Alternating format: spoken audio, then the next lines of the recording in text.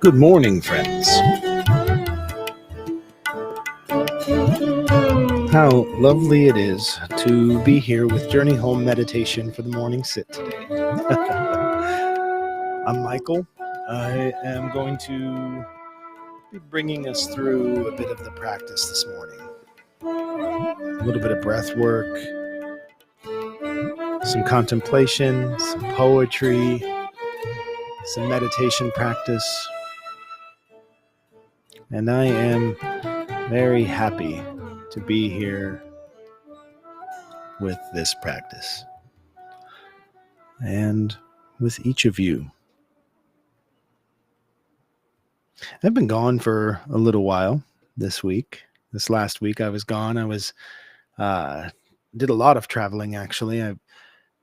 The original trip was to Arizona, but then I ended up finding out that one of my favorite poets, Padraig Otuma, he's the host of an amazing poetry podcast. And it's actually a lot more than a poetry podcast. Poetry is the vehicle by which it gets brought into philosophy, theology, psychology, just all the ways that we understand what it is to be human. Padraig is willing to embrace those topics, and I am quite pleased that I was able to go to Seattle and see Padraig read poetry and talk shop for a bit with about 300 of his closest friends. But I also got to spend a lovely amount of time in Tucson, Arizona. And before we get started on this conversation, I think let's take a step back. Let's stop just for a moment. And let's remember our breath.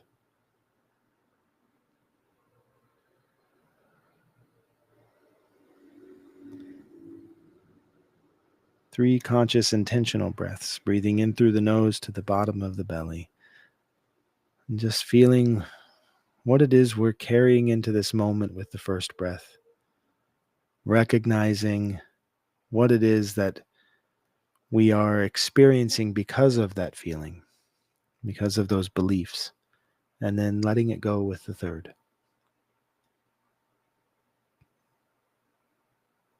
Breathing in.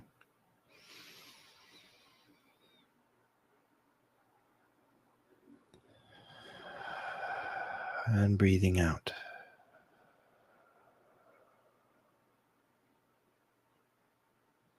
Breathing in. And breathing out.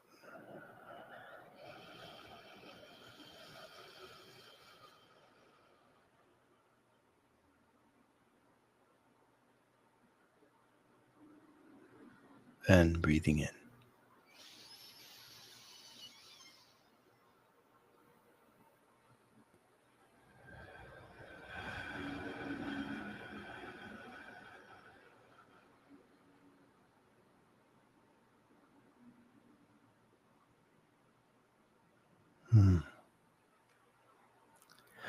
What a lovely gift it is to have a conscious moment, to have awareness, to even have the thought of having awareness and having those breaths, for me, feels like such a gift. I haven't always had that. It's when I started to develop the intentional practice and listen to teachers and kind of sit down and shut up. Let me talk to you about me shutting up. Oh, Jesus wept. What a beautiful spring it has been. And yes, I was in Tucson, and Tucson is a very dynamic place for me in my experience, but also just in general. I mean, I don't think that it's particularly for my benefit necessarily that Tucson is so dynamic, but it has been particularly for my benefit that Tucson has been so dynamic. I learned a lot about everything that I know in Tucson, Arizona, from the stark loneliness of being different. When I moved there, I was coming from a very small rural area of the Midwest. There were like 75 students in my school from 6th grade to 12th grade with a graduating class of 7 or 8, I think. I don't know. Something, it was very small. And I moved to a school whose graduating class was around 200. Um, and I didn't know anybody, but I had this experience of, because I didn't know anybody else, I got to know myself really well. Um, and I got to love myself. I remember I was not necessarily an insecure person at that time in my life. You know, so many of us go through that insecurity in our teen years, but something happened for me that I was able to not have that insecurity. And I'm not sure exactly what it was. I haven't gotten there yet in my work, but I know that it was one of my truths. And then I made some of the best friends that a boy could make. And I'm still friends with those people today. And it was through punk rock that we were all initiated into this um, ethos, this way of being with one another, and this way of encountering our world that has really informed nearly every decision I've made since then. And I got to be with some of those friends this last week. And we got to go to a punk rock show, and I got to get into the pit and jump up and scream along with my favorite songs that hold in them the teachings that I hold true. And one of the bands that I saw was a band called Refused from Sweden. This is a very radical political band. They are uh, far, far, far left, I guess. Maybe I don't really know how to categorize that. I mean, but I think that would probably be the most like appropriate category for them: anarchist Swedish metal, punk. Um, but there was a point where the pit was pretty big. When I say the pit, I'm talking about the mosh pit, for anybody who's not familiar with the parlance of punk rock. But and the security guards were getting in there, and they were really being angrily aggressive. Now, the pits are very aggressive, but they're not angry, generally, not towards one another. They're not ways to harm one another. It's a way that we have collectively worked out to express all of the biggest emotions that we have in our bodies, our anxieties, our fears, our loves, our joys. All of this comes out in this motion, and we dance and we move in this circle, right? And there's so much to be said about that circular energy. It takes place in religious practices all over the world, right? This movement in a circle, this aggressive jumping up and down and dancing. You can see this at the Wailing Wall. You can see this in weddings. You can see this in religious ceremonies and funerals all over the world. And we had that. And these security guards were being aggressive and taking advantage of this opportunity to take their anger out on people. And the singer saw that, and he stopped everything. He stopped the music. He stopped everything. And he talked with those security guards. And he said, "Hey, thank you for your job of keeping the people here safe, but what you're doing is not keeping us safe. Please move away and find a place to do your job, your duty." And then he said to the people in the pit, he said, "This is sacred to me, and it's sacred to all of us. And the things that I learned in that pit are the things that I believe in life, that when I fall down, you're going to pick me up. And if you fall down, I'm going to pick you up. And if we have that, then we have everything we need to know to get started." And it sent this, even in this moment, I feel this flutter, but it sent this chill through my body of like, when did I forget that in my life? There are times in my life that I forgot that. that I forgot that when I fall down, someone's going to pick me up, or if you fall down, I'm going to pick you up. I forgot that that is something that is beyond my belief. That's something that we hold true. This is a truth. And that teaching really came back through. So I was really grateful for that experience this last week. And I was happy to share that with you. And then there were so many rich experiences, reconnecting with people in my life that fill me with love, and not in a way, I don't want to say what it's not, that fill me with love in a way that feels reciprocal and energizing, and it makes me want to continue. And I'm grateful. I'm grateful for that. Not just continue as in continue in life, but continue that loving transmission. That's what I mean to say. That the flow of love and being seen and being felt wants to continue moving.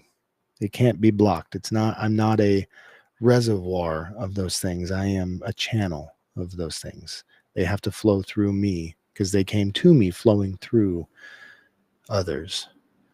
And whether those others was a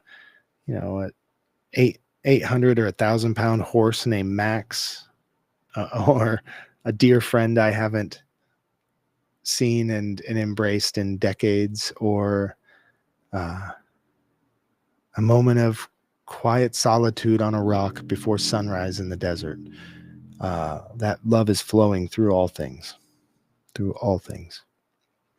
And I just, I'm grateful for all of these reminders this week. Yeah. So I wanted to share a poem by Padraig Ó Tuama from his new book, Kitchen Hymns. He's published a lot of great books, and this is the newest book. I'm going to hold it up to the camera for those of you who are watching the broadcast. You can see the book. And this is the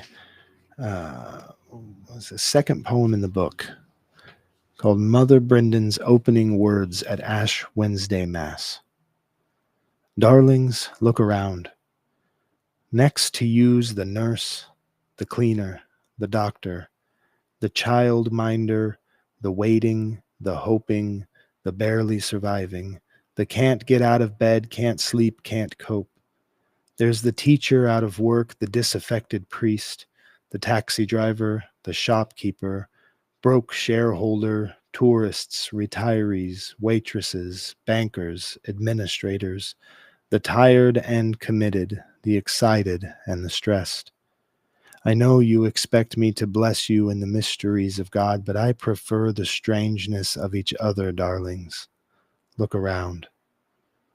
In the name of whatever reason brings you here, in the name of anything that works, in the name of nothing, are you burning yet? You will be. Take this cup and drown your sorrows. Take this bread and butter it. Lick it. Taste the salt. Nothing made you come here. Nothing stops you going.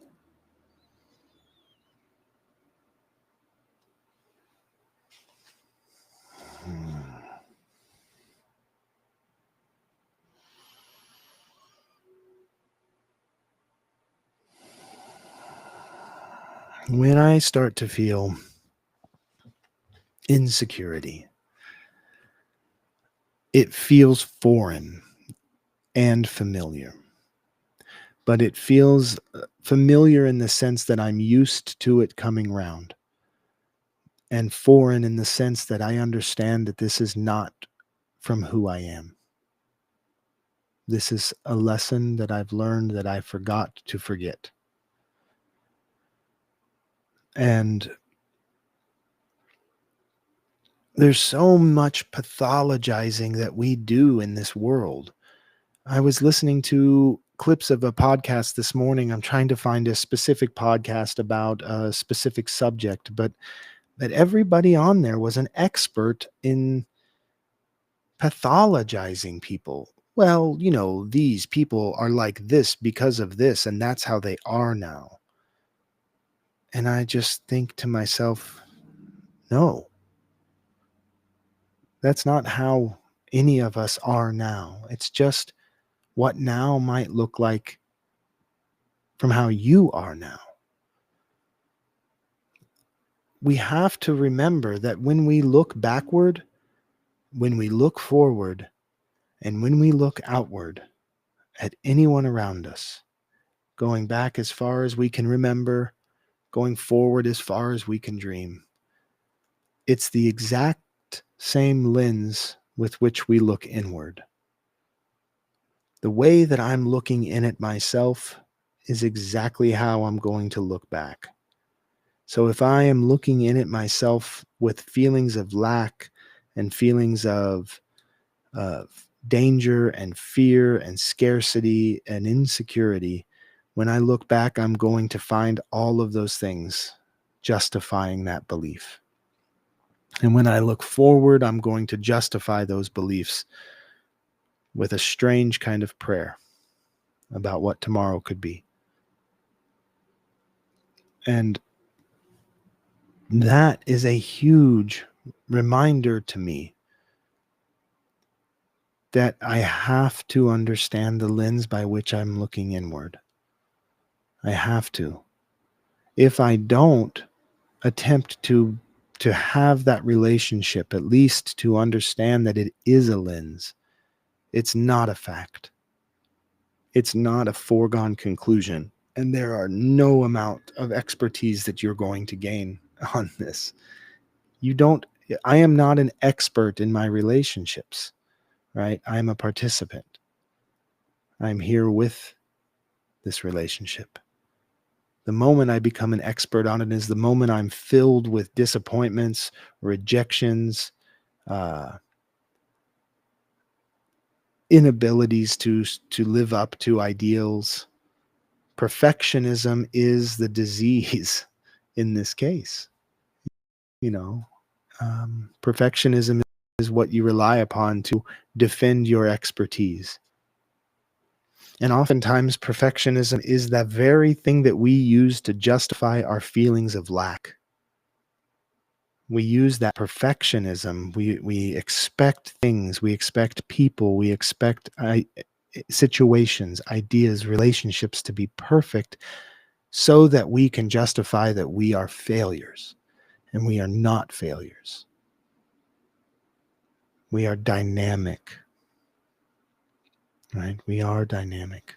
Dynamos. So many dynamos. I always loved that band name. So many dynamos.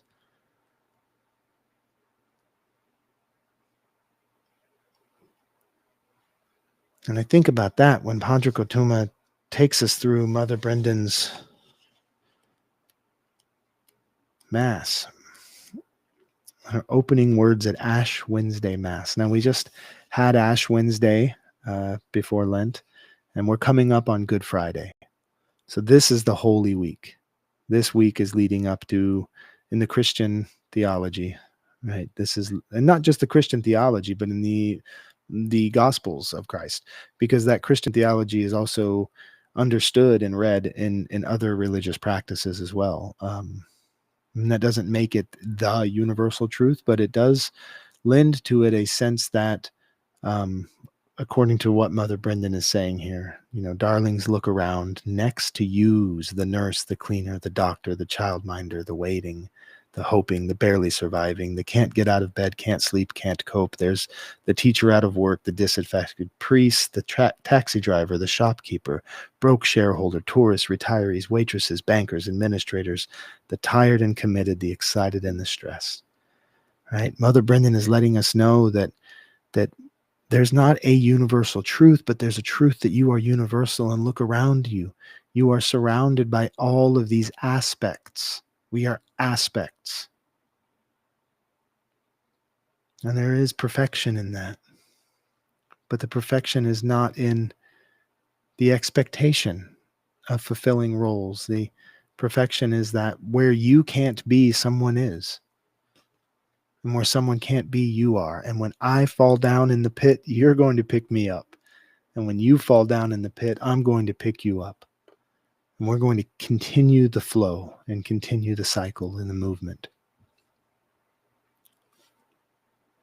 What a joy. What an unbelievable joy.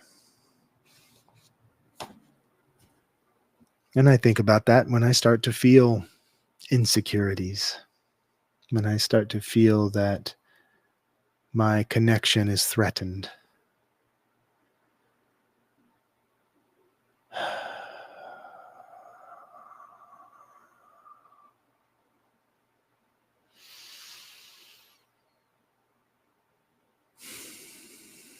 I want to invite the bell.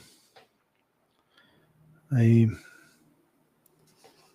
have acquired a new bell, and I'd like to invite the sound of this bell today.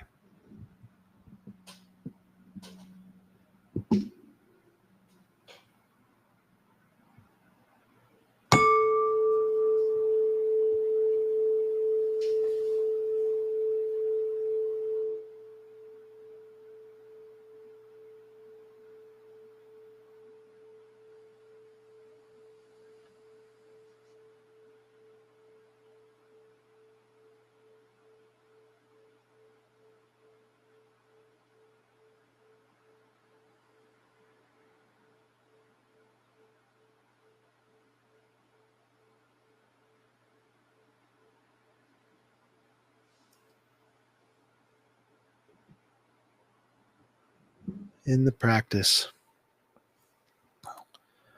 we often use tools like the mindfulness bell. And this bell is used to remind me, I use it to remind me of the universal beginnings. The sound of creation is a hum. And I can join in and enter the creation.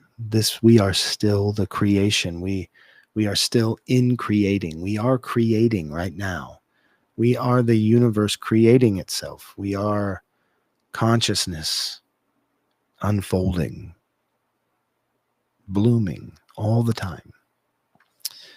And that bell reminds me to stop and recall, oh yes, this is unfolding. And you can use that mindfulness bell not just as the ringing of a piece of steel, but you can use the moments in your life. Any moment can be a bell. When you say, I love you to a friend with sincerity, a bell of mindfulness rings. And you can take that moment to hear the sound of creation, breathing in and out. When you have fear and you feel your body reacting, you can use the mindfulness bell and say, this is the world creating itself. I'm held. I'm here. This is just an experience. And you can breathe in and out. When you hear the news of a bombing in Gaza or the news of another billionaire with another $1 billion, nothing to show for it, you can breathe in. Yes.